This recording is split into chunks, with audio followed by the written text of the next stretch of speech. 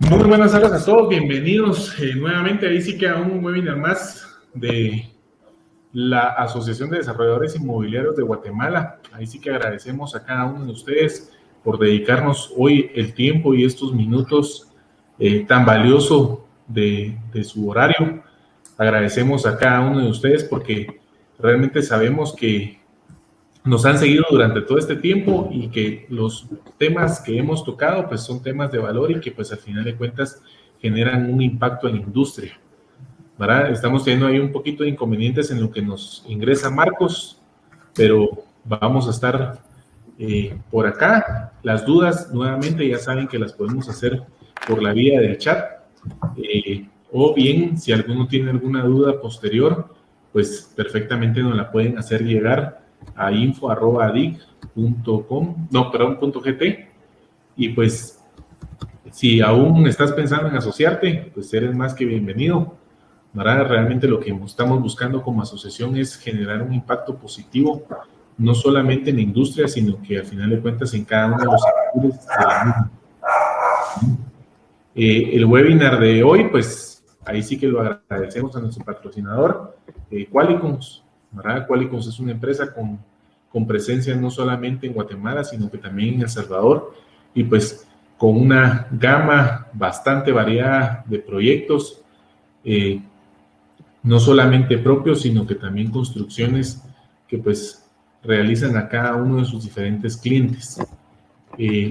Hoy estaremos tratando la ley de leasing y su impacto en la industria inmobiliaria, ¿verdad? Este jueves que viene veremos los mercados inmobiliarios, la estabilidad financiera y económica, y los invitamos ahí sí que a continuar con nosotros en unos minutos. Hoy estamos con el apoyo de Arren, ¿verdad? Égica de Integrum y Accountax GGI, con Jean-Pierre, que pues tanto Jean-Pierre, Marcos Palma y pues Mireya Juárez nos brindan hoy su tiempo, su conocimiento y lo que hoy pues han investigado de esta ley. Si quieren arrancamos en unos minutos, esperamos otras personas que se nos unan y los dejo con el videito de nuestro patrocinador.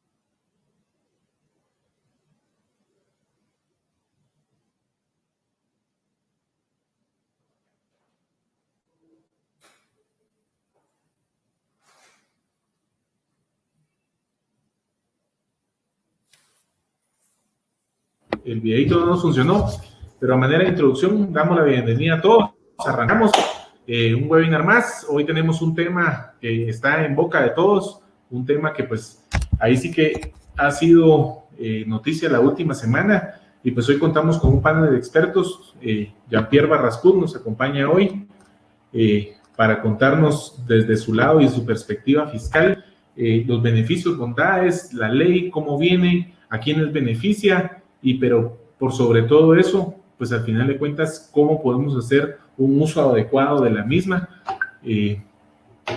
También pues Mireya nos acompaña hoy de Plado de Arren, una arrendadora que pues originalmente ha trabajado todo el esquema de leasing de bienes muebles, y pues hoy viene a ser un artículo más que se suma a su portafolio de negocios, que es los bienes inmuebles. Y pues con Marcos Palma, solo en lo que lo logramos terminar de conectar. Marcos es experto en el área legal y pues junto con su firma Integrum han intervenido y conocido bastante de esta ley y todos los posibles impactos positivos, claro, no sabemos si negativos, ¿verdad? Pero ¿cómo vemos esta ley?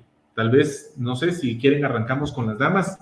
Mireya, cuéntanos un poquito, ¿cómo ves la ley? Solo tu micrófono está apagado. Bueno, pues, ¿qué te puedo decir de la ley? Nosotros como miembros de Asoleasing, y pues yo que estoy como presidente de la Asociación de Leasing, hemos estado luchando por esta ley desde hace más de 20 años, ¿verdad? Desde que se presentó en sus inicios en el 2012 y 2014, hemos estado ahí, por supuesto, atrás peleando porque se pueda ser aprobada de la mejor manera. Y ahorita, hoy por hoy, pues, de acuerdo con las palabras de las personas del Banco Mundial, es una de las mejores leyes de leasing en toda América Latina. Eso, pues, definitivamente es un gran orgullo para todos los que hemos estado ahí, pues, siempre dando nuestros aportes para que esta ley se pudiera dar. Y la verdad es de mucha satisfacción que haya salido aprobada con menos cambios de los que se pudieron haber hecho, ¿verdad? Ahí en el Congreso de la República. Así que, pues la verdad es muy contenta de que se haya podido aprobar sin mayores cambios.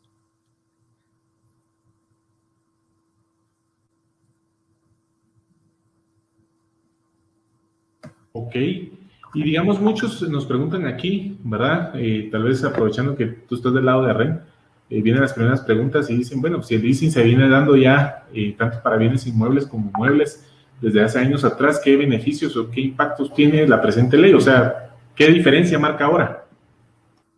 Bueno, la diferencia que marca es de que todo lo que está con ley y con norma, pues se vuelve mucho más competitivo, ¿verdad? Si lo vemos desde la perspectiva de los fondeadores externos, de los inversionistas, recordemos de que todo lo que es un marco regulado, algo que realmente está normado por ley, se vuelve de mucho mejor precio, mucho mayor valor. Y por supuesto que para nosotros que estamos desde el lado de los arrendadores, esto nos da mucho más certeza jurídica.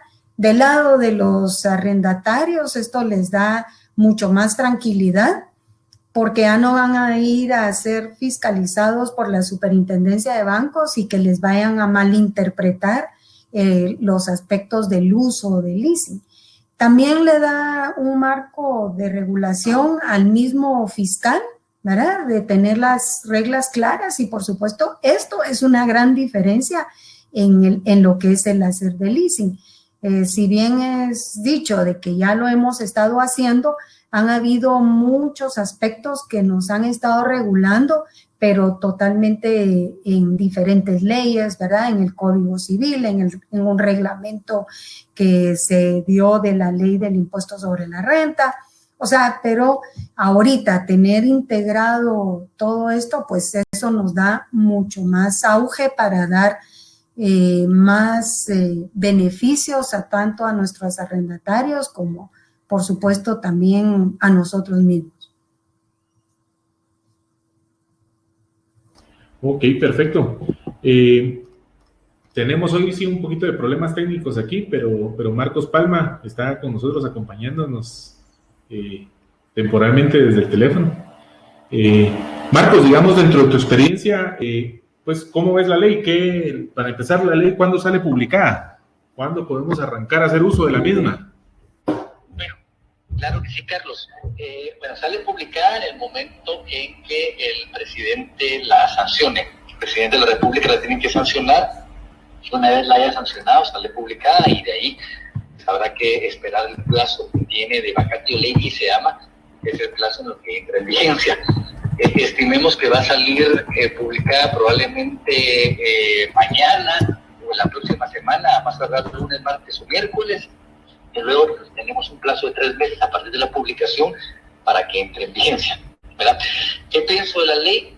La verdad es que un poco de sentimientos encontrados, porque considero que no era necesaria una ley para que se pudiese implementar un contrato que tiene muchísimas bondades como el contrato de leasing, pero entiendo que en una cultura legal muy típica de nuestro país, en donde no priva el principio de libre contratación, en el sentido que las partes pueden contratar cualquier materia que no esté prohibida por la ley, que es el principio general.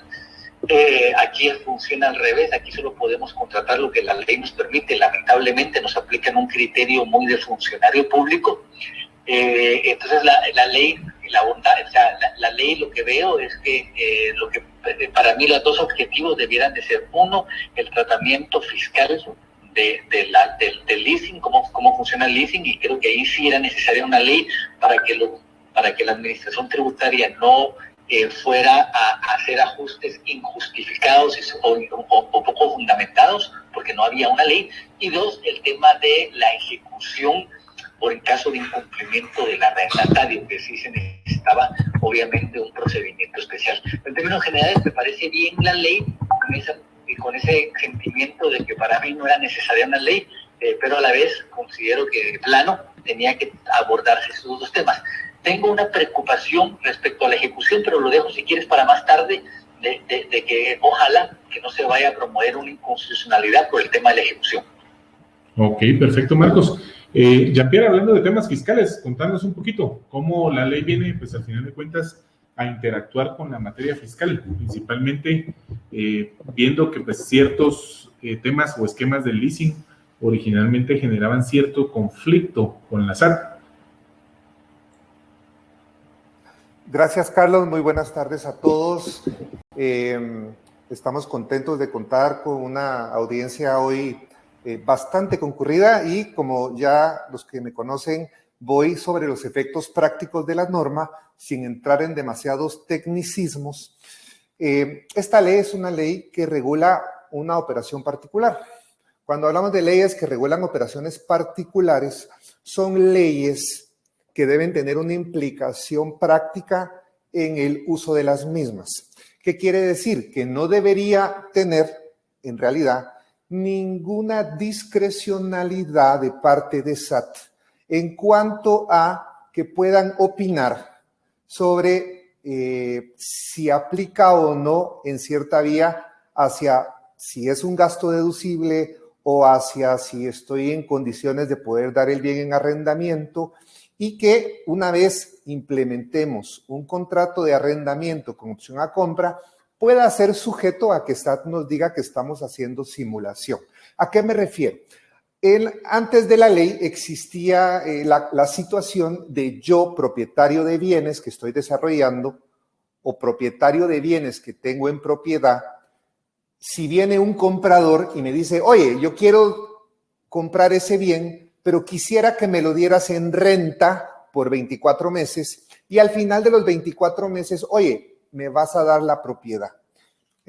Existía el temor general sobre la opinión de SAT al decir, venga, señor, usted está haciendo un contrato de simulación porque está disfrazando la venta de un bien como una actividad donde está causando menores rentas o está evitando el pago de ganancias de capital. Eso queda completamente desvanecido porque ahora el tratamiento lo dice la ley, que puedo dar en renta el bien durante un plazo determinado y al final transmitir la propiedad pagando los impuestos correspondientes. ¿Qué quiere decir, señores? Muy sencillo.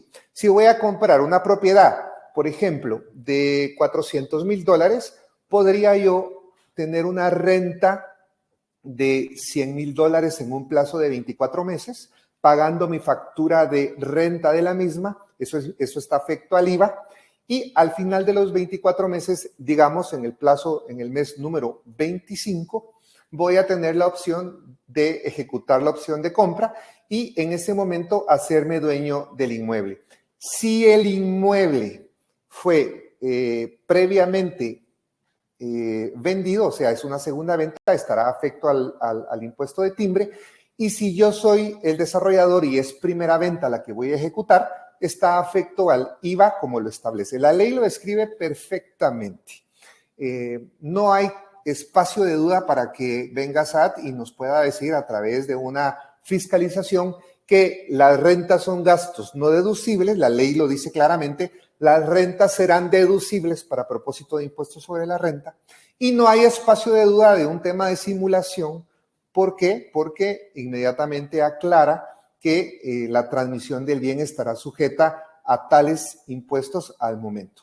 También es muy importante decirlo, por favor, que si tenemos una transacción que al momento de ejecutar la opción de compra es menor al valor matricular, se hará el registro a nivel de registro de la propiedad, se hará la inscripción a valor de matrícula, pero los impuestos correspondientes se irán pagando sobre el valor de la opción de compra, aunque el mismo sea menor al valor matricular. Esto quiere decir, señores, que si tengo una propiedad que tiene un valor matricular de 500 y cuando ejecuta la opción de compra tiene un valor residual de 150, los impuestos estarán siendo pagados por 150. Entonces, dentro de todo lo que menciona la norma, pues lo que podemos entender, yo les invito a que le den una leída. La ley es bastante amigable y pues obviamente hay que entender cómo describe cada uno de los capítulos. Tiene un capítulo que describe los efectos tributarios y es muy fácil comprender cómo se van haciendo el juego y las relaciones entre las partes, los derechos y las obligaciones. Pero va aclarando temas muy interesantes sobre que estos contratos ya están normados y que básicamente, por ejemplo, el proveedor del bien puede ser el mismo arrendador. Y hay un tema bastante importante que a mí me llama la atención y es que no determina plazos. Es decir, ¿qué sucede si quiero hacer un leasing, un contrato de renta con opción a compra a 12 meses? ¿Qué pasa si lo quiero hacer a 6 meses? ¿Qué pasa si lo quiero hacer a 48 meses? Pues esos son temas que por el momento a mí me quedan abiertos dentro de la ley. No veo limitación en cuanto a esa regulación de plazos mínimos o plazos máximos. Pero básicamente lo que podemos empezar es a estar muy alertas. Yo lo que los invito es a empezar a estar muy alertas sobre cuáles van a ser las implicaciones y por supuesto, yo les digo, cada uno de ustedes debería darle una revisada a la norma, pero también abocarse con sus abogados, abocarse con sus consultores fiscales y poder tener una conversación de cuáles son las implicaciones. Si yo estoy en el sector de corretaje, si lo que me toca es hacer corretaje de bienes inmuebles, que tenemos algunas personas que están participando, pues con más razón deberíamos tener una actividad en la Cámara donde expliquemos para que el corredor entienda completamente y pueda estar en capacidad de decirle al vendedor y al comprador los beneficios de utilizar un arrendamiento con opción a compra en la negociación, si es que así se quiere. Sigo platicando un poco sobre las ideas y es que para mí esto tiene una implicación muy importante en bienes de uso comercial, en bienes de uso industrial, porque el inversionista va a tener el beneficio de hacer deducible toda esa porción de rentas sin ningún tema de discusión constante. Y obviamente esto va a acelerar el uso de esta herramienta de parte de los corredores porque van a tener argumentos para facilitar que se puedan vender. Por ahí veía una pregunta que nos hacen sobre el tema del IUCI y es interesante que la ley menciona claramente que si tengo un bien en arrendamiento con opción a compra, lo que voy a tener es que el IUCI y los impuestos, tasas y sanciones que implica el uso y el goce del bien corren por cuenta del arrendatario, ¿ok?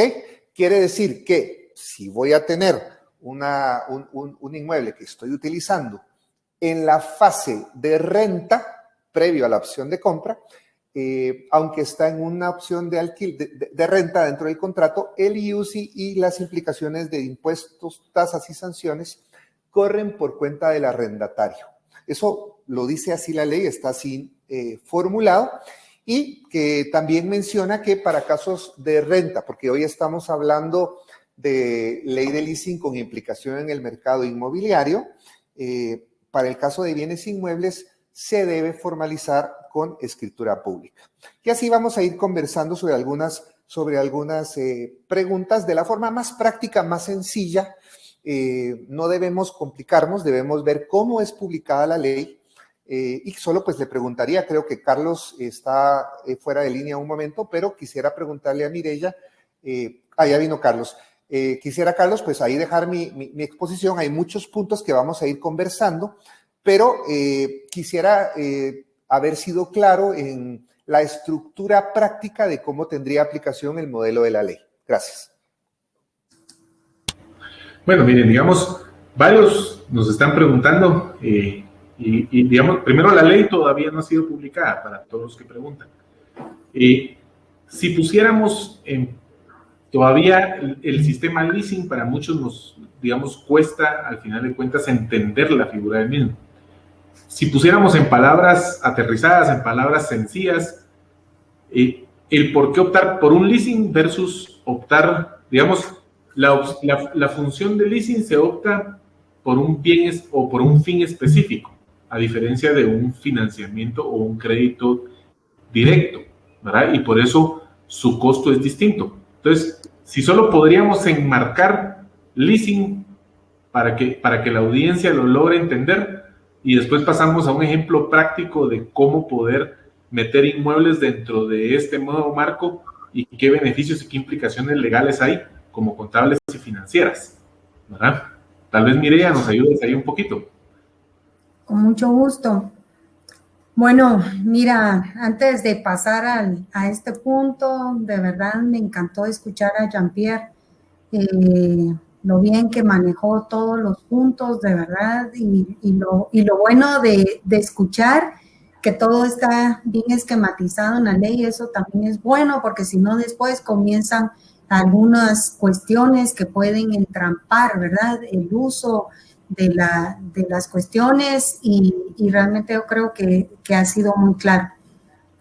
Me encantaría, si me permites, antes de seguir a todo lo que son los beneficios y todo, platicar un poquito con Jean-Pierre acerca del tema que él habló acerca de los plazos, de los mínimos y máximos, porque es bien importante ese tema que tocó Jean-Pierre, porque sí es un tema que se estuvo discutiendo por muchos años, ¿verdad? Que llevamos ahí en la Asociación de Leasing revisando este tema acerca de los mínimos y máximos que se tienen que hacer.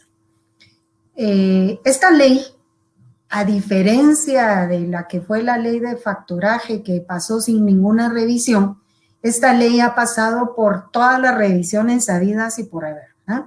Comenzamos con que, en primer lugar, quien la puso, el legislador que la puso, pues fue José Alejandro Arévalo, ex superintendente de bancos y muy conocedor de todos los términos fiscales y legales, ¿verdad?, en ese asunto.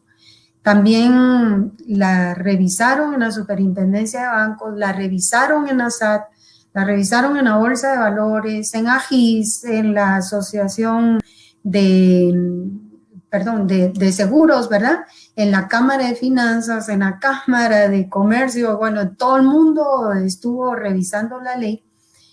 Y precisamente ese punto de los plazos mínimos y máximos se habían puesto originalmente en la primera ley que se había puesto en el Congreso, pero que la misma Superintendencia de Bancos y la misma SAT dijeron que no era necesaria la regulación de los plazos mínimos y máximos para dejarle con su amplitud.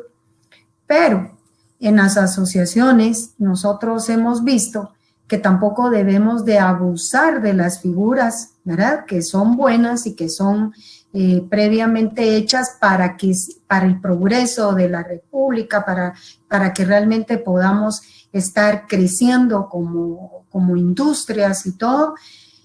Porque si no, lo que va a pasar es de que va a pasar como los seguros totales que han estado y que estuvieron por muchos años y que comenzaron a abusar de la figura, ¿verdad? Esto definitivamente fue un punto muy discutido La verdad es de que es un asunto que debería de manejarse de una manera muy adecuada y realmente muy prudente, porque si no, definitivamente esto sí pudiera llegar a traer terribles consecuencias. Con respecto a lo que tú estabas diciendo de las ventajas que se pueden tener del leasing y qué pudiera llegarse a hacer, para ver la diferencia entre comprar y hacer leasing, bueno, la verdad es de que se tienen que poner todo sobre una balanza, ¿verdad? Así como uno hace todo en la vida, absolutamente en todo tarea, uno tiene que poner, bueno, cuáles son las pros y contras de cualquiera de los productos que uno va a decidir, y definitivamente uno tiene que saber qué es lo que quiere.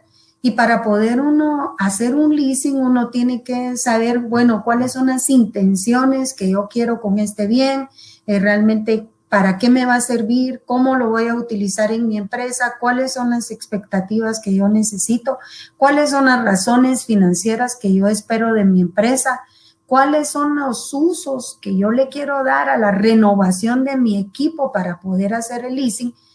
Y en fin, tantas preguntas que uno se debería de estar haciendo para poder llegar a hacer el leasing.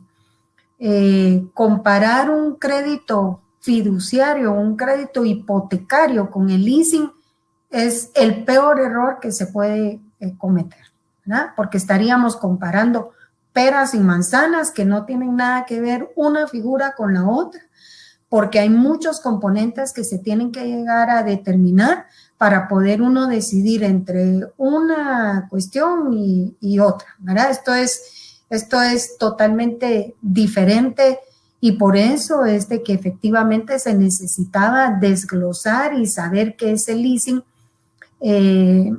y saber, ¿verdad? Los términos, la terminología.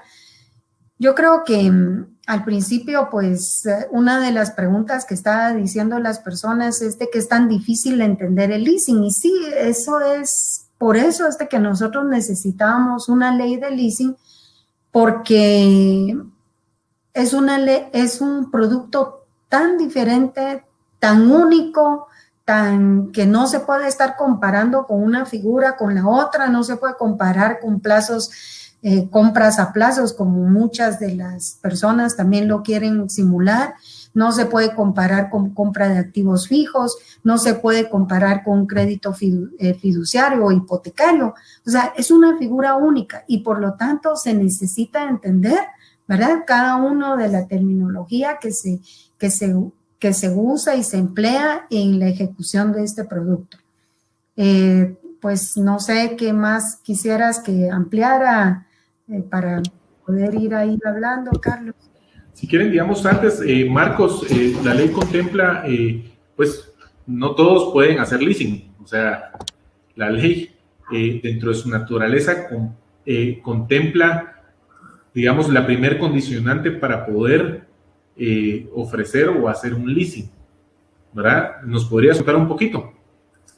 Sí, por supuesto. Y nuevamente, yo coincido con Mireya en el tema de que hay que saber diferenciar la figura del leasing como una figura contractual completamente distinta de una compraventa o de un financiamiento para adquirir un bien, sea cual sea el bien. Creo que eso es importante y sin duda alguna pues las cosas que me gustan de la ley de leasing es que vienen a generar como ese parteaguas de cuál es el tratamiento particularmente tributario que ya mencionó Jean-Pierre que debe darse. Ahora bien, las cosas que no me gustan de la ley, pero eso es porque yo soy de los que pienso que el principio de libertad contractual debe prevalecer, en que las partes deben de pactar libremente todo lo que deseen y que cualquier persona puede dedicarse a cualquier actividad lícita sin ninguna restricción. Lo que no me gusta es que efectivamente hay ahí dos normas, el artículo 3 y 4, creo yo, los 4 y el 5, que establecen que las empresas que se dediquen al leasing tienen que tener contemplado entre los objetos esta actividad. Me parece innecesario eso porque yo no puedo dedicar a cualquier actividad siempre que sea lícita. Y el segundo tema que tiene es que para las que se dediquen habitualmente igualmente a estas actividades tienen que agregar dentro de su razón o denominación social cualquier palabra que haga relación a que son una empresa de leasing, que tampoco le encuentro yo un poquito de sentido a esa norma, pero eso desde la perspectiva estrictamente legal, que eso sí, no, imagínense ustedes cualquier contrato que pudiésemos hablar, contrato de compraventa, contrato de leasing, contrato de factoring, contrato de franquicia. El contrato de franquicia, por ejemplo, no está regulado en la ley guatemalteca y entonces habría que cualquier persona que se dedique a un contrato particular tendría que hacer esas consideraciones de que tengo que incluirlo en mi objeto o tengo que incluirlo en mi razón de denominación. Pero nada complicado tampoco hacerlo, pues modificar su escritura social, los que no lo tengan contemplado, modificar su denominación para los que se van a dedicar habitualmente a ello, pues nada complicado. Quizás ahí lo que se le abrió es una gran oportunidad a los abogados para poder hacer esas modificaciones a las escrituras sociales. Pero sí, hay que tomarlo en consideración para que el día de mañana no haya un ajuste de un brillante auditor fiscal que diga que la entidad no se podía dedicar a esa actividad porque no tenía contemplado entre su objeto social y que por lo tanto le va a hacer un ajuste de X o Y tema. Ok. De ahí, pues, digamos, Jean-Pierre, tal vez para cuando hablamos nuevamente de leasing versus un financiamiento bancario directo o una compraventa transaccional normal, ¿verdad? Podemos establecer, digamos, contablemente esa diferencia, ¿verdad? Contablemente, cómo entra un bien cuando lo compro financiado común y corriente y cuando, digamos, estoy adquiriendo un bien bajo un efecto de leasing. Gracias, Carlos. Atendiendo algunas preguntas que veo que nos están haciendo, algunas preguntas que nos están haciendo, quisiera empezar sobre una base muy importante.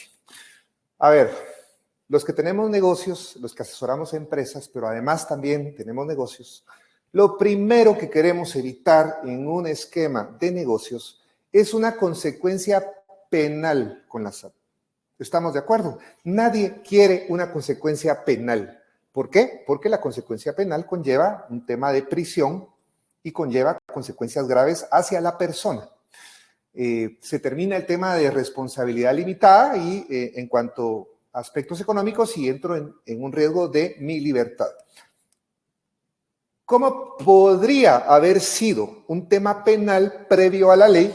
Porque la SAT me dijera, mire, usted está llevando arrendamientos con opción a compra, esa situación no estará regulada, está haciendo simulación y debido a esto está causando detrimento en la recaudación al fisco, porque, señor, usted formuló un contrato con mala intención y aquí le va un caso penal. No se entienda conmigo, entiéndase con el Ministerio Público y arrancar un proceso. Esto es lo que nos está librando la ley en una buena parte para poder ir comprendiendo. Ahora, con el tema de la entrada y la salida, lo que está pasando es que hay unas cosas bien interesantes y quiero que me pongan atención esto. El literal J del numeral 2 dice, miren qué interesante, lo tengo que leer porque no tengo otra forma de poderlo escribir. El proveedor en un contrato es la persona individual o jurídica, nacional o extranjera que transfiere al arrendador la propiedad del bien que será sujeto a leasing. El proveedor puede ser una persona, ojo, que se dedica habitual o profesionalmente a la venta de bienes o una persona que ocasionalmente adquiere o enajena un bien. El proveedor puede ser el mismo arrendador, haciendo esto énfasis para responder la pregunta de que prácticamente nos está abriendo la puerta que cualquier entidad que tenga en su propiedad el bien, como rol de proveedor, puede convertirse inmediatamente en el actor del contrato siendo el arrendador. Entonces eso ya nos está abriendo el canal para que un desarrollador o una empresa que tiene bienes a su disposición como inversionista pueda realizar actividades de leasing. ¿Qué va a pasar? ¿Cuál es la diferencia? Pues bueno, es muy fácil. Si yo, empresa comercial, adquiero un bien a través de un financiamiento bancario, voy a ir a hacer mi calificación para ser sujeto de crédito, compro el bien, lo ingreso a mis activos y según la ley voy a tener depreciaciones por 20 años a través del activo y creo que, si no estoy mal, la ley dice que la tierra no es sujeta a depreciación. Entonces, mi componente de gasto, mi componente de costo que tengo a través de la depreciación, gasto para mí, derivada de esa inversión deducible del impuesto en mi año fiscal, va a ser una cuota bastante pequeña en relación a mi inversión y tendré que yo acostumbrarme a tener un beneficio de depreciación durante un plazo muy largo. Contrario a esto, si tengo un contrato de arrendamiento con opción a compra, yo, inversionista, voy a tener un plazo de costo o de gasto deducible por la cuota que estoy pagando como renta. Ejemplo, si voy a tener un bien de $600,000, de los cuales $200,000 van a estar en un contrato de renta por 36 meses, voy a tener una renta acelerada que va a ser gasto durante ese periodo y al adquirir el bien, al momento de adquirir el bien, luego de los 36 meses, empezaré en ese momento a depreciar por 20 años el bien según las condiciones que normen en ese momento la ley, esperando que no haya una reforma fiscal. Entonces, la diferencia es muy fácil. Desde la óptica del comprador, financiamiento bancario, voy a usar la depreciación a 20 años y con el modelo de la ley de leasing voy a empezar a usar el gasto a través de las rentas causadas que voy a tener según el contrato.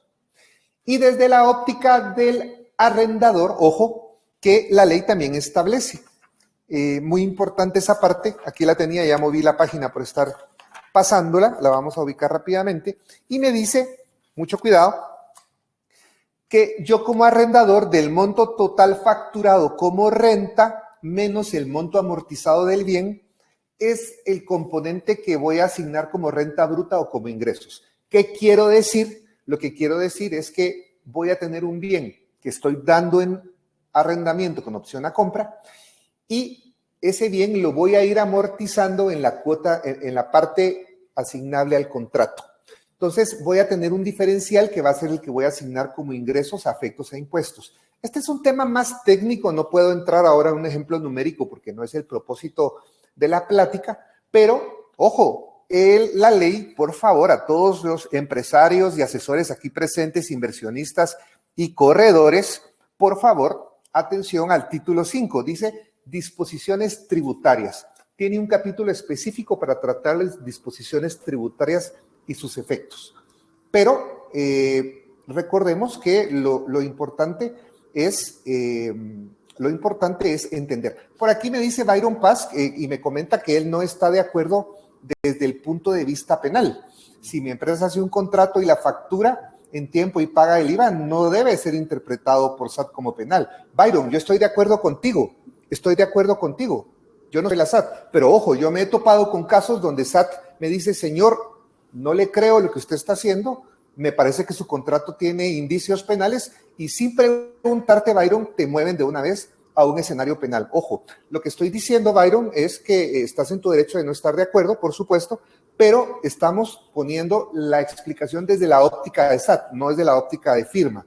Y lo que estamos diciendo es que esta ley nos ayuda a que la SAT no tenga discrecionalidad para efectos penales. Un tema muy importante, lo voy a mencionar de una vez, que esto tiene incidencias, es que la ley establece que un arrendador, es decir, yo como arrendador que ya entregué un bien y que tengo un contrato de rentas, puedo ceder dicho derecho de crédito, puedo ceder, digamos, esas rentas a un tercero y puedo hacer esa cesión libre de todo impuesto alguno. ¿Qué quiere decir? Que si yo tengo una cuenta por cobrar de $300,000 sobre un contrato de rentas en un leasing con opción a compra, podré entregar este contrato a un tercero si así me beneficia, o negociarlo o cederlo sin efecto de ningún impuesto. Eso abre una ventana porque pues no explica si esto también implica estar liberado de ganancias de capital. Si yo esta cesión la hago a un valor mayor, pues vamos a ver cuál es el criterio de SAT. Pero es interesante que la ley me parece, como comentaba Mireya, que está muy bien descrita casi en todos sus componentes para que no haya espacio de duda y para que no haya espacio de una importante consecuencia fiscal por temas de una auditoría de parte de SAT. Carlos, gracias.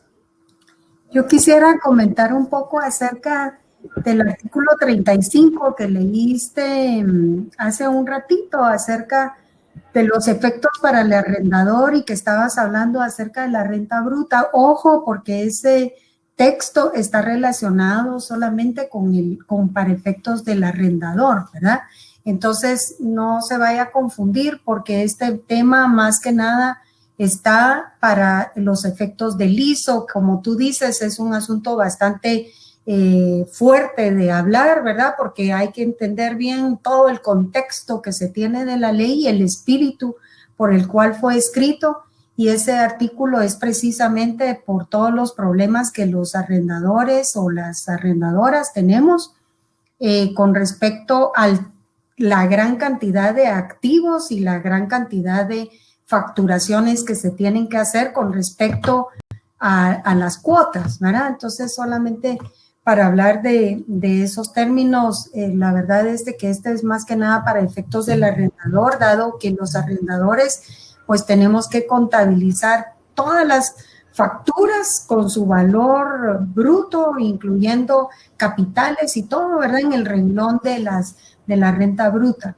En cambio, en la ley, pues entonces ese asunto está más que claro, que la renta bruta, ¿verdad? Va a ser el total de las facturas que se hicieron a todos los arrendatarios menos el valor amortizable, pero más que nada es un tema realmente para los arrendadores.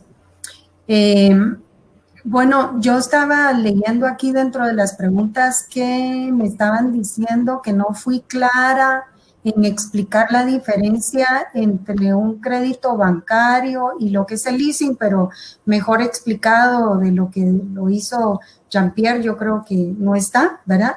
O sea, está más que claro ahí, lo que es la figura es totalmente diferente, ¿verdad? Ya la explicó Jean-Pierre, yo creo que eso pues está más que claro, pero no sé, Carlos, ¿tú qué quisieras sí. Mireia, ahí dentro, Mireia y tal vez Marcos también que va a intervenir esta pregunta. Muchos dicen, ok, aparte del beneficio fiscal, porque realmente el leasing al final de cuentas tiene más bondades fiscales, pero dentro del marco de la ley, pues yo entiendo de que por ejemplo, no entraba mucho al tema de arrendamiento inmobiliario o un leasing inmobiliario por los temas de la ley de inclinato, ¿verdad? Que entiendo que si hay impago, pues al final de cuentas la terminación de ese contrato pues estaba sujeto a un esquema que con la vida de esta ley viene bajo un nuevo esquema a la hora de un impago, ¿verdad? Tal vez, Mireia, nos cuentas un poquito ahí la experiencia y por qué, pues, al final de cuentas, el leasing inmobiliario siempre fue un poquito, entro, no entro. Sí, voy, no. Mira, lo que sucede es de que las acciones que se están tomando, pues, son un poco más expeditas desde el artículo 38 en adelante, que está hablando acerca de todas las cuestiones en caso de incumplimiento del arrendatario, ¿verdad? Lo que sucede es de que la ley del inquilinato, pues definitivamente no te da las opciones de poder llegar a negociar con el cliente y con el arrendatario y pues llegar a un consenso de darle tiempo para que se salga sin que efectivamente se vaya a tener que quedar ahí para eterna memoria. Entonces, el hecho de quitar la ley del inquilinato y aplicar específicamente lo que es el régimen procesal como está descrito en la ley del leasing, lo que hace es de que realmente se llegue a consensuar más con el arrendatario y a establecer determinaciones para poder prácticamente hacer un régimen más corto de lo que actualmente se tiene. Por supuesto que pudiéramos llegar ¿cómo se llama?, a tener en este conversatorio los detalles de cómo está regido y todo, pero yo creo que en términos más simples y en conclusión, lo que se está haciendo es un proceso más corto de lo que actualmente se tiene, ¿verdad? Ok. Tal vez, Marcos, nos amplías un poquito más en cómo es ese proceso. Sí, claro que sí. Bueno, en realidad coincido también yo que ¿por qué no se implementaba el leasing para el sector inmobiliario? Es sin duda alguna por el riesgo que implicaba el cumplimiento del arrendatario en el pago de la renta particularmente o en el cumplimiento de sus obligaciones. Eso significaba que el arrendador tenía que iniciar el procedimiento del juicio sumario de desocupación, que pudiera tomar años, 5, 10, 15, 20 años o toda la vida para poder desocupar a un arrendatario. Y por supuesto eso era un desincentivo suficiente para no implementar el contrato de leasing para el sector inmobiliario. Ahora, la ley establece ahora un procedimiento especial para ejecución en caso de incumplimiento del arrendatario de sus obligaciones. Y creo que eso es importante porque de alguna manera le da esa confort a los arrendadores de poder ofrecer esta versión de leasing para el sector inmobiliario, para bienes inmobiliarios. ¿Por qué? Porque le va a permitir esa ejecución. Sin embargo, y aquí hablo yo algo que quiero sacar acá a colación, es mi opinión, creo que tengo una preocupación porque me encanta que se le haya dado al contrato de leasing esa fortaleza que necesita tributar, que ya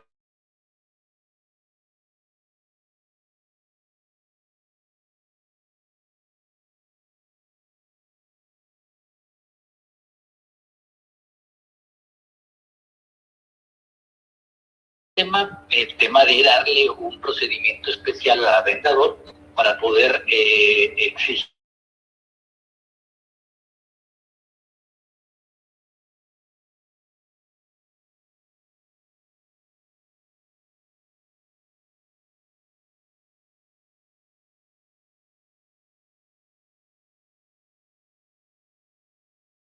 Algo que pasó aquí que y ahí se quede.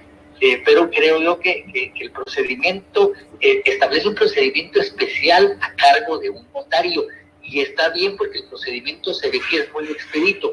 Quizás lo que me preocupa es que se le está dando al notario una función jurisdiccional que considero que no debe tener un notario o que no debería, no que no debe tener un notario, que no puede tener un notario porque la Constitución Política de la República establece que la función jurisdiccional la tiene por exclusividad la Corte Suprema de Justicia y los tribunales de la República. Entonces, espero que no vaya a haber ahí una acción de inconstitucionalidad de ese procedimiento especial ante el notario. Hay otros procedimientos contemplados en la ley, que hay otros procedimientos de un juicio sumario expedito, pero ese procedimiento ante el notario me parece que de pronto yo sugeriría la posibilidad de hacerle un ajuste a través de una modificación para que no sea el notario el que asuma funciones de juez.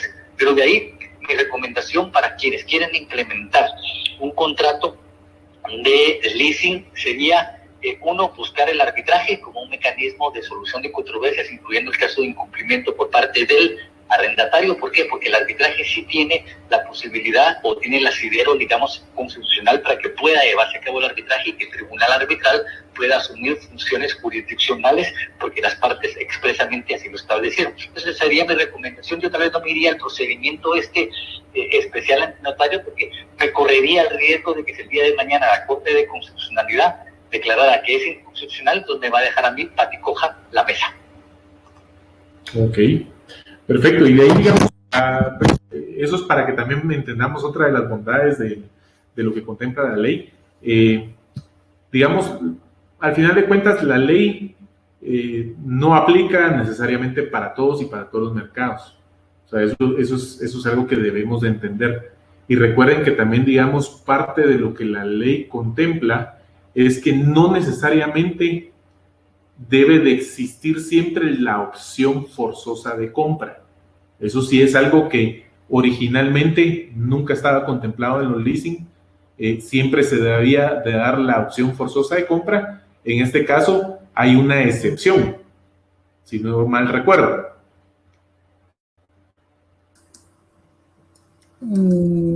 Lo que sucede es de que se hace la diferencia nada más entre lo que es el leasing financiero y el leasing operativo, que la diferencia que está descrita en la ley, ¿verdad?, es de que no existe opción de compra en lo que es el leasing operativo, pero son dos productos totalmente diferentes, no es de que no se haya puesto, ¿verdad?, que no haya una opción de compra forzosa, sino que simplemente está regulando el leasing financiero, que definitivamente tiene lo que es la opción de compra forzosa y el plazo forzoso, y en cambio en lo que es la opción de el leasing operativo no tiene opción de compra. Ok, y si quieren, digamos, como pues muchos dicen, bueno, pero entonces ¿para qué va a servir esto para la vivienda? Y digamos, entendemos que uno de los, digamos, aquí hay ganadores, o sea, al final de cuentas, esto creo que nos lleva un paso adelante, o sea, nos lleva al final de cuentas a dar un pequeño avance dentro de una gama de más avances que debemos de generar como guatemaltecos para atraer inversión, ¿verdad? Esto se pudiera decir que es una parte pequeña del pastel de muchas acciones más que se pueden generar desde el Congreso, desde las asociaciones civiles, para que al final de cuentas la inversión en Guatemala crezca, ¿verdad? Y podamos pasar desde ser un país de tercermundista que pues nos tienen catalogados bajo eso a un país de primera gama o de primer mundo. Digamos, cuando hablamos de un pequeño ejemplo, vámonos a la base, ¿verdad? Yo como desarrollador desarrollo vivienda de interés social, ¿verdad? ¿Cómo puedo implementar un leasing que precisamente habla un leasing para una vivienda digna, una vivienda social, y que sea positivo para el mercado? O sea, ¿cómo el mercado puede decir, me conviene el leasing, o por qué puedo optar por un leasing, bajo qué esquema? Ahí, el que la agarre y el que la quiera. Bueno, pero es que ahí las intenciones del desarrollador, ¿verdad? Si se está metiendo a un tema que es de interés social, pues él debe saber que está haciendo un tema con interés social, no para volverse millonario, ¿verdad? Entonces también, ahora, si se quiere volver millonario con viviendas de interés social, pues yo creo que tal vez ahí no la hace, ¿verdad? Es como, o sea, depende de cuál sea su objetivo. Ahora, si mejor no quiere hacer algo de interés social, que mejor se dedique pues a hacer edificios y venderse con precios altamente caros, con tasas de interés. Ahora, si su objetivo y su finalidad realmente es hacer algo de interés social, ¿verdad?, para la gente, para el pueblo, para la nación, pues entonces definitivamente va a saber de que va a poder hacer obras donde la gente no va a dar una cuota de entrada, como está haciendo en Perú o como está haciendo en Panamá. Los ejemplos de Perú son bien interesantes. Sacaron la ley del leasing, ¿verdad? Y luego tuvieron que hacer un ajuste para hacer una ley que gobernara todo lo que era el leasing inmobiliario y el leasing de interés social y el leasing habitacional. Pero por supuesto que lo que es el leasing de interés social, pues como su palabra lo dice, tiene que ser de interés social para el desarrollador y por supuesto para los que van a irla a comprar, ¿verdad?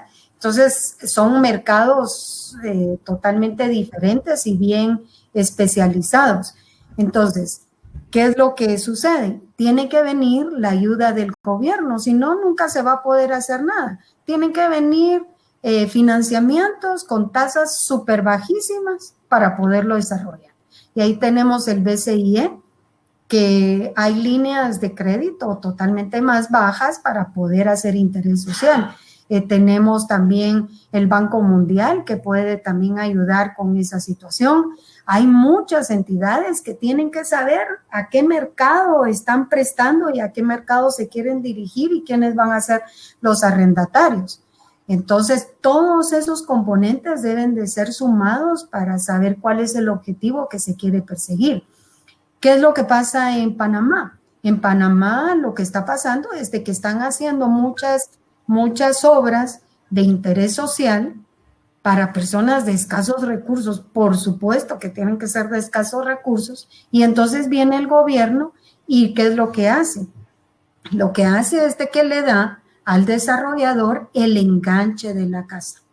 Y de ahí lo que hace es el proyecto, cedérselo a un banco y entonces ya el arrendatario sigue con relación con el banco a cuotas cómodas porque ya el gobierno le ayudó con lo que era el enganche y además el fondeo va a ser totalmente diferente porque ya son de obra social, ¿verdad? Entonces, todo eso enlazado hace que por supuesto ya las rentas vayan a ser mucho más cómodas, pero tiene que haber voluntad, ¿no?, del gobierno y voluntad de las partes para que esto se lleve a cabo. Ahora, si el interés de la persona es volverse millonaria, entonces que no lo haga como interés social, ¿verdad? Que mejor lo haga totalmente como un leasing inmobiliario.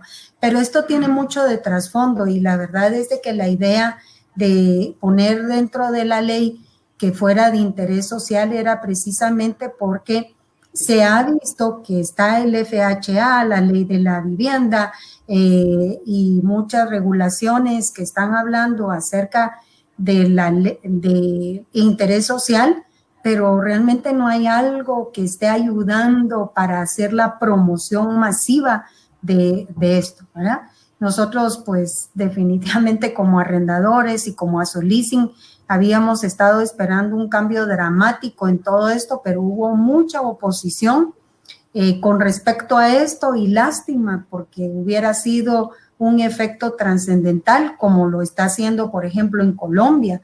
Mercados como Colombia se han desarrollado muchísimo en todo lo que es el desarrollo del leasing habitacional y ahí está, pues, definitivamente Bancolombia, ¿verdad? Hay muchos bancos gigantes que se han dedicado solamente a hacer leasing habitacional y lo cual es, pues, definitivamente algo muy importante para el desarrollo de un país. Pues miren, como ya puse un poquito el dedo en la llaga, ¿verdad? Y ahí me tocaron varios temas, pero Jean-Pierre, ¿qué opinas? ¿O no te veo, no? Bueno, Carlos, yo creo que esto es un tema, tú sabes que yo tengo muchísimos años de estar en el sector inmobiliario y hemos apoyado ya a la fecha más de 90 proyectos y su desarrollo. Mira, yo pienso que este es un tema que va a ir desarrollándose de forma natural. Es una herramienta nueva. Es una herramienta que va a empezar a utilizarse y vamos a empezar a tener seguridad jurídica sobre el uso de la misma. A medida que vayamos obteniendo la seguridad jurídica en el uso de la misma, se va a ir prestando. Como dice Mireya, comparto con ella, el tema de la vivienda de interés social tiene un propósito, tiene ciertas características, pero como negocio tiene una limitación en precio, como negocio tiene regulaciones fiscales que encarecen el costo y que obviamente tiene un modelo diferente a hacer vivienda para el sector B o A. Pero creo que cuando estás hablando de vivienda de interés social estás tratando de facilitar un monto de una cuota baja. Puede establecerse un mecanismo para brindar una cuota baja, pues claro, si tienes la fuerza para dar el financiamiento, bríndala. Ya no hay duda de cómo vas a dar el tratamiento al ingreso, pero esto si tienes el músculo financiero para poder soportar el proyecto. Yo lo que pienso es que esta herramienta viene a facilitar alternativas de comercialización para todos los desarrolladores y viene a facilitar el tema de que terceros puedan ofrecer una vía de financiamiento a través de una renta con opción a compra para un tercero. No hay duda en el tratamiento, la cuota es deducible, desaparece el concepto de si hay o no interés, lo que conlleva es una cuota de renta, y si yo quiero dar una cuota mayor o una cuota menor, lo que va a suceder es que mi opción de compra va a ser mayor o va a ser menor al momento de ejecutarla.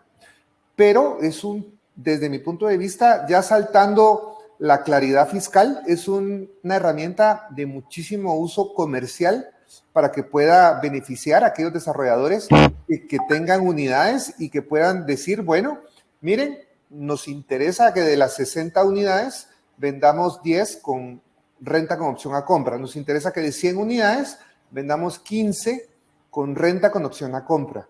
Y empezar a hacer diferentes modalidades para propósitos comerciales. Creo que eso va a empezar a tener un uso práctico, pero a medida que vayamos teniendo la certeza jurídica y a través de los conversatorios y a través de estas conversaciones, yo, por ejemplo, sí lo hago con colegas míos.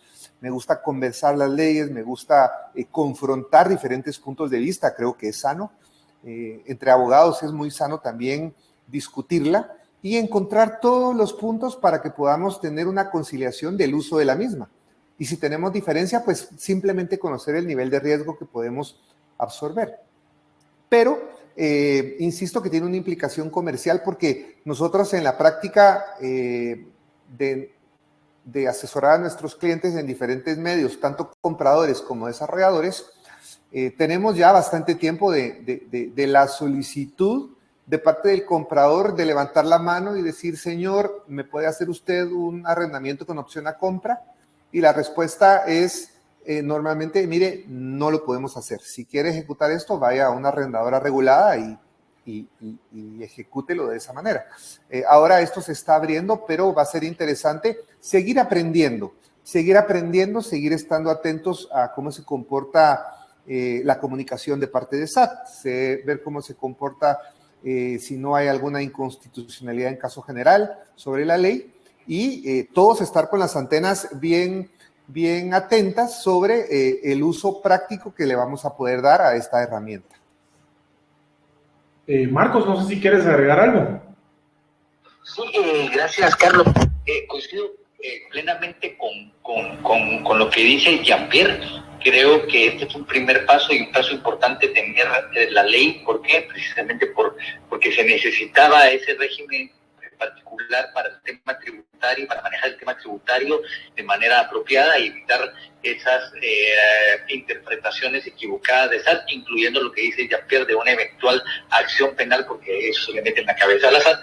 Y dos, el tema de poder establecer un procedimiento importante en el caso de que el arrendatario terminara y cumpliera con sus obligaciones. Creo que ese primer paso está dado ya con la ley. Obviamente esto no es como una varita mágica que va a funcionar perfectamente de la noche a la mañana, y que la ley tiene que entrar en vigencia.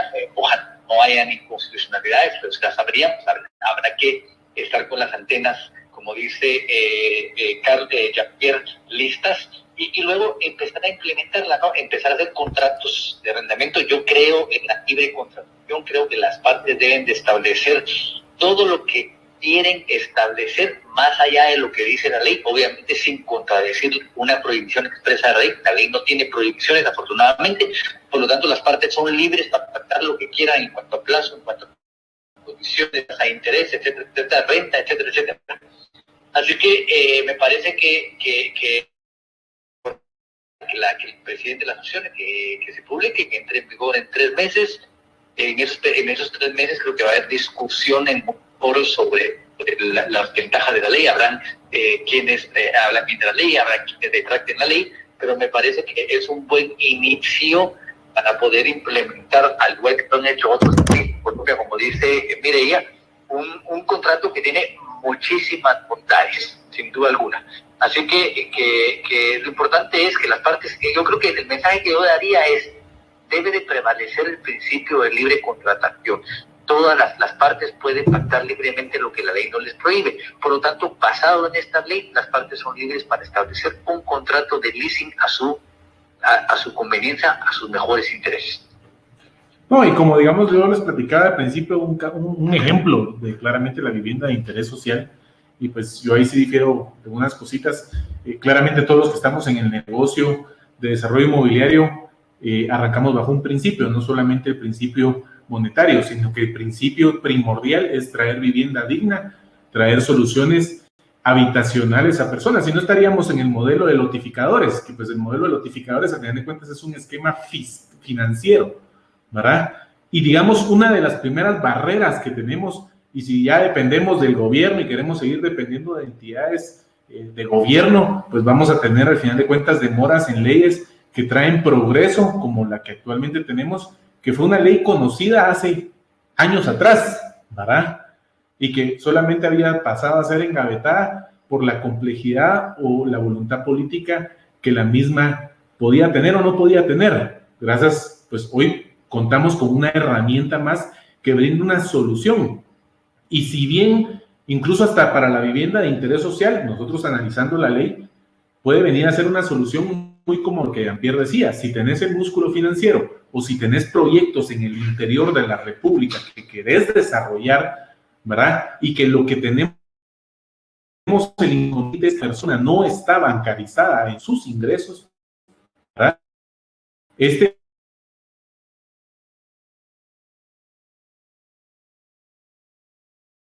Acreditación de esa cartera para posteriormente trasladarla ya bajo un modelo de compra a un banco con las ventajas y bondades que brinda el contrato actual bajo esta ley versus sin la ley. ¿Por qué? Porque sin la ley estábamos sujetos a qué pasa si me hacen pedazo la casa, qué pasa si no me pagan la renta, ¿verdad? ¿Cómo le voy a hacer para sacarlos? Entonces, como les digo, depende cada uno de los casos, ¿verdad? Y yo creería que, pues, y tal vez Jean-Pierre me corregirás un poco, sí, van a haber ciertos ganadores que pueden aprovechar la deductibilidad del caso, tales como la industria, como la parte de retail, ¿verdad? Como la parte, digamos, del inversionista, que pues al final de cuentas coloca su unidad para generar precisamente esas rentas. Y la persona se pudiera decir, si va bajo el esquema de interés social, pues puede ser alguien que no va a aprovechar los beneficios fiscales, pero va a aprovechar los beneficios de poder generar, al final de cuentas, esa vivienda digna que hoy, bajo un esquema bancario, necesita él demostrar el pago, que su capacidad de endeudamiento es de un 33%, ¿verdad? Cuando muchos en el interior de la República llevan su capacidad de endeudamiento incluso hasta un 50, un 60%. Entonces, yo creo que es una herramienta más, ¿verdad? Y digamos, ahorita, por ejemplo, que el sector de oficinas está con un poquito de la nebulosa de qué va a pasar, puede ser precisamente un bonito modelo que un profesional que factura, que muestra que al final de cuentas necesita de todos modos tener un espacio, pues puede venir a generar esas absorciones que hoy, producto de circunstancias que nos pasaron en el 2020 y que todavía las estamos viendo en el 2021, pues puede generar esa reactivación económica.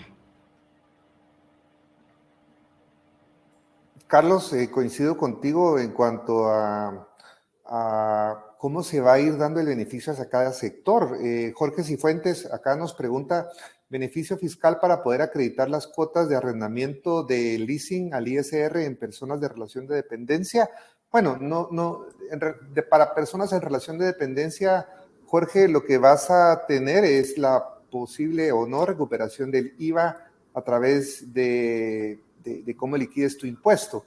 Pero bueno, más allá del beneficio fiscal como persona, lo que puedes tener es una alternativa como persona individual si en ese momento no tienes reservas o la persona no tiene reservas para dar un enganche. Lo que vas a poder es hacer un contrato de leasing con opción a compra y de esa manera vas a poder ir haciendo tus pagos sabiendo que esa cuota de renta prácticamente tiene un componente de amortización al valor del inmueble.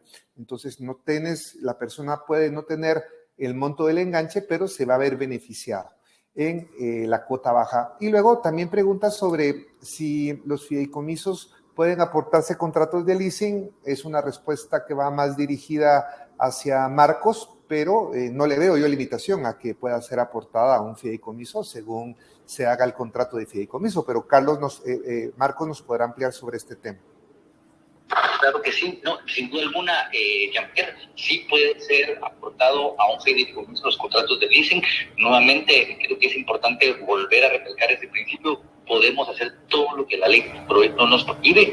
Aquí no hay ninguna prohibición para aportar contratos de leasing a un fideicomiso, por lo tanto se puede aportar el contrato de leasing o cualquier activo o bien o derecho que no haya una prohibición de empresa para hacerlo. Así que la respuesta es afirmativa, se puede. Sí, ¿verdad? Y también hay que agregar que cuando estamos hablando de los beneficios para interés social, recordemos de que las personas no tienen para el enganche. Entonces, uno de los beneficios es de que cuando se califica en bien, y si el interés va a ser dar esas casas, pues entonces se van a estar calificando las casas y no tanto la persona final que va a estar atrás de lo que es el financiamiento. Entonces, esto definitivamente ha ayudado mucho en el desarrollo inmobiliario en Panamá, Colombia y Perú, pero por supuesto que tiene que haber bastante voluntad del gobierno también en poder ayudar a facilitar algunas alternativas. Número uno, pues lo que estaban preguntando acerca de los beneficios para una persona individual. Lamentablemente en Guatemala antes teníamos lo que eran los débitos y créditos del IVA, ¿verdad? Y no teníamos ese límite de 12,000 quetzales, pues que ahora está. Pues entonces eso pudiera ser una buena motivación. Anteriormente había un artículo por ahí, pero que fue eliminado, que hablaba acerca de que lo que fuera para compra de habitacional, ¿verdad? Y que por supuesto que más que nada que fuera de interés social pudiera ser deducido del impuesto sobre la renta para las personas individuales. Lamentablemente pues eso ya no sucedió, pero esas son las voluntades que tienen que existir para poder hacer la promoción mucho más específica si le quieren dar el beneficio también fiscal, ¿verdad? A los arrendatarios. Hay tanto tema que realmente hablar acerca de la ley, pero la verdad es de que tal y como está ahorita, Jean-Pierre lo dijo muy claro, o sea, no solamente hay que verle el beneficio fiscal, también hay que verle todos los beneficios de poder optar a un financiamiento sin tanto preámbulo, ¿verdad?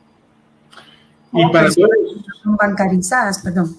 Gracias, Miriam. Y para todos los que todavía se están preguntando dónde está la ley, dónde puedo accesar a ella, aquí en la parte de archivos se las cargamos recientemente. Y como les decíamos, o sea, ya estamos sobre la hora, vamos a dar unas últimas palabras. Hay mucho más que platicar. Realmente esto es un vehículo de muchos que hay, que podemos tener. Y es un vehículo que empieza a abrir un camino, ¿verdad? Un camino para poder, digamos, para empezar nos trae un poco de certeza jurídica y eso nos abre caminos para atraer inversión, para crowdfundings, para fondos de inversión, fondos pensionarios y para empezar como que a esa cultura que pues hoy el guatemalteco le cuesta, ¿verdad? Que es la cultura de ahorro. Y creo que, digamos, si damos tal vez unas últimas palabras, si quieren arrancamos con las damas. Mireya, ¿nos acompañas con unas últimas palabras? Solo tu micrófono. Perdón.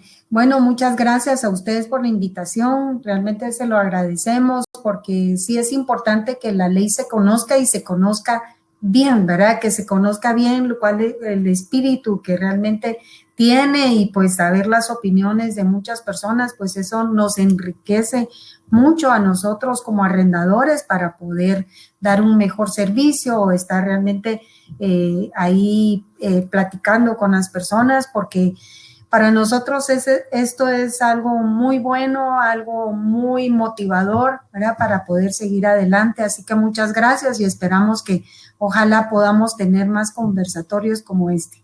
Gracias. Gracias a ti, Mireya, gracias a Ren también que nos acompaña. Marcos, con Integrum, ¿qué nos puedes contar? Gracias. Nuevamente, reitero, un primer paso importante para que se empiecen a considerar las opciones de leasing en una serie de transacciones, no solo inmobiliarias, sino también de otro tipo de activos. Había un poco de temor antes con el tema del leasing, precisamente por la falta de tratamiento tributario y por el tema de qué pasaba en caso de incumplir al arrendatario, pero creo que ya con esto hay un primer paso importante para empezar a implementar.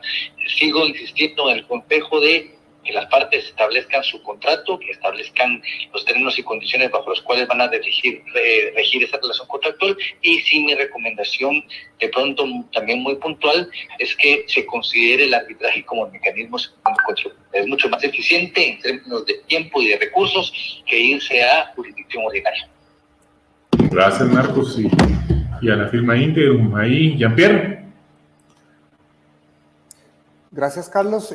Brevemente, solo respondiendo a algunas preguntas para ir cerrando con nuestros amigos que nos están escuchando y viendo.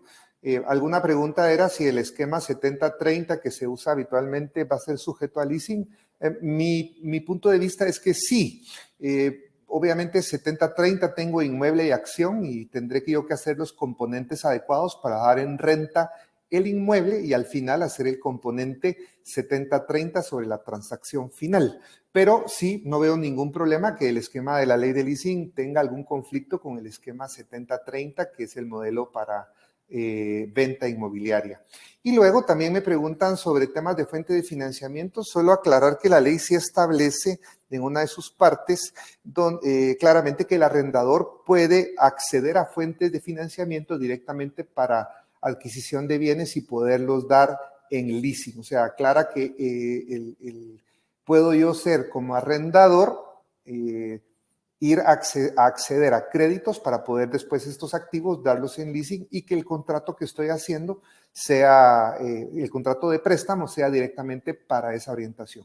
Finalmente, yo solo comentarles y la recomendación muy importante de acercarse con su abogado, acercarse con su consultor fiscal de confianza, que se puedan tomar un café, que puedan analizar esto profundamente.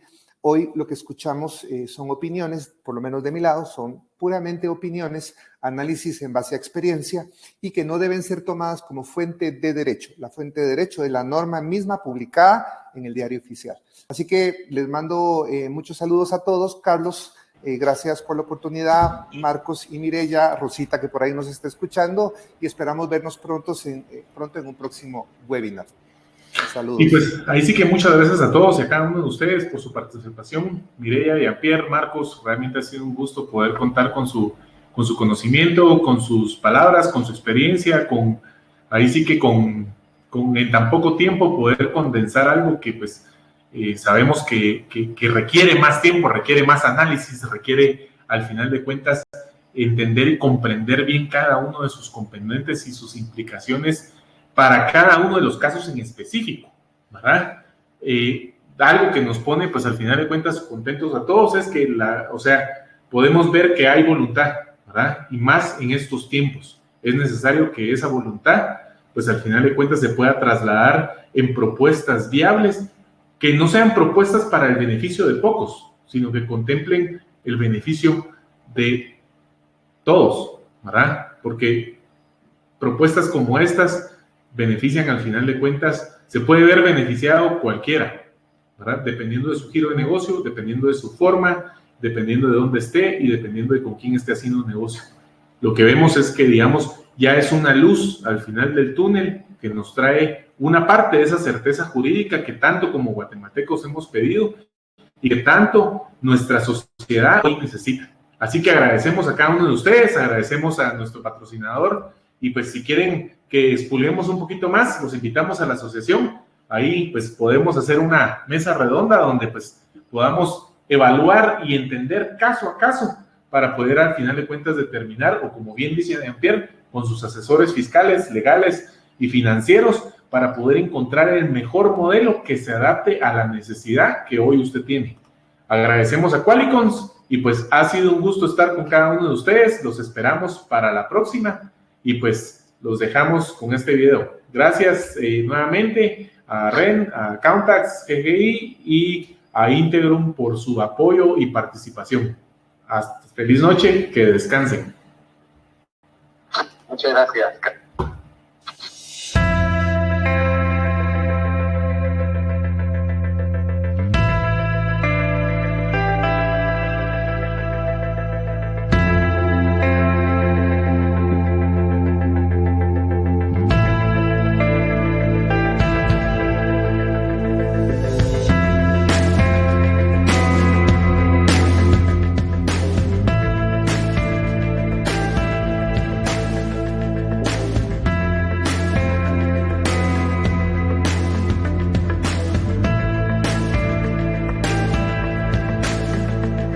Claro entendimiento es no asumir, es entender el alcance del proyecto plasmado en los planos.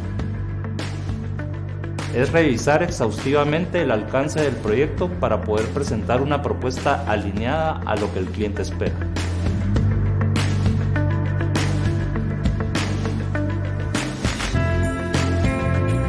En este proceso involucramos a las personas claves que nos permitirán entregar un presupuesto bien detallado y un cronograma con los tiempos que necesita cumplir el proyecto.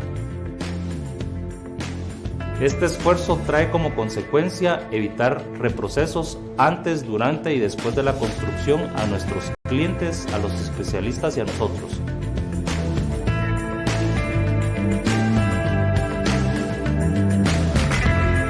Nuestra forma de armar y estructurar un presupuesto hace que estemos muy seguros de las propuestas que presentamos porque analizamos muy bien las especificaciones técnicas y detalles constructivos de cada proyecto.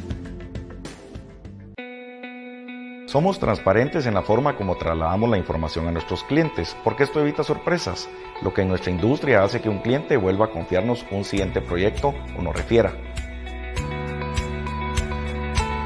Mantener informados a nuestros clientes y a sus equipos de trabajo permite que los procesos avancen de forma fluida, que se cumplan los hitos de planificación y que se sepan cuáles son las siguientes decisiones que deben tomarse. Conscientes de la responsabilidad que conlleva la confianza que los clientes extienden durante todo el proceso constructivo, tenemos claridad de las expectativas en tiempo, costo y calidad.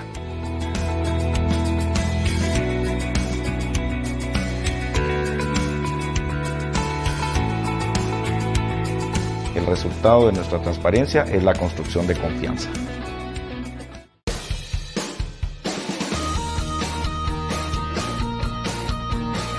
La construcción es una industria muy importante para nuestros países por su aporte a la sociedad a través del desarrollo de las ciudades y la generación de empleos.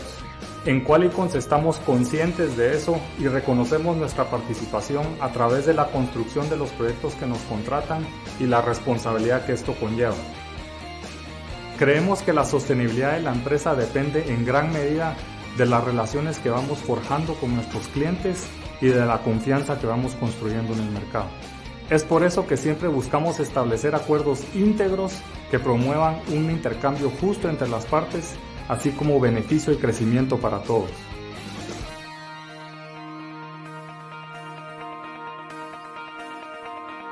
Nos sentimos muy honrados por la confianza que nuestros clientes han depositado en nosotros a través de sus proyectos, lo cual nos ha permitido construir una trayectoria de la cual nos sentimos muy orgullosos.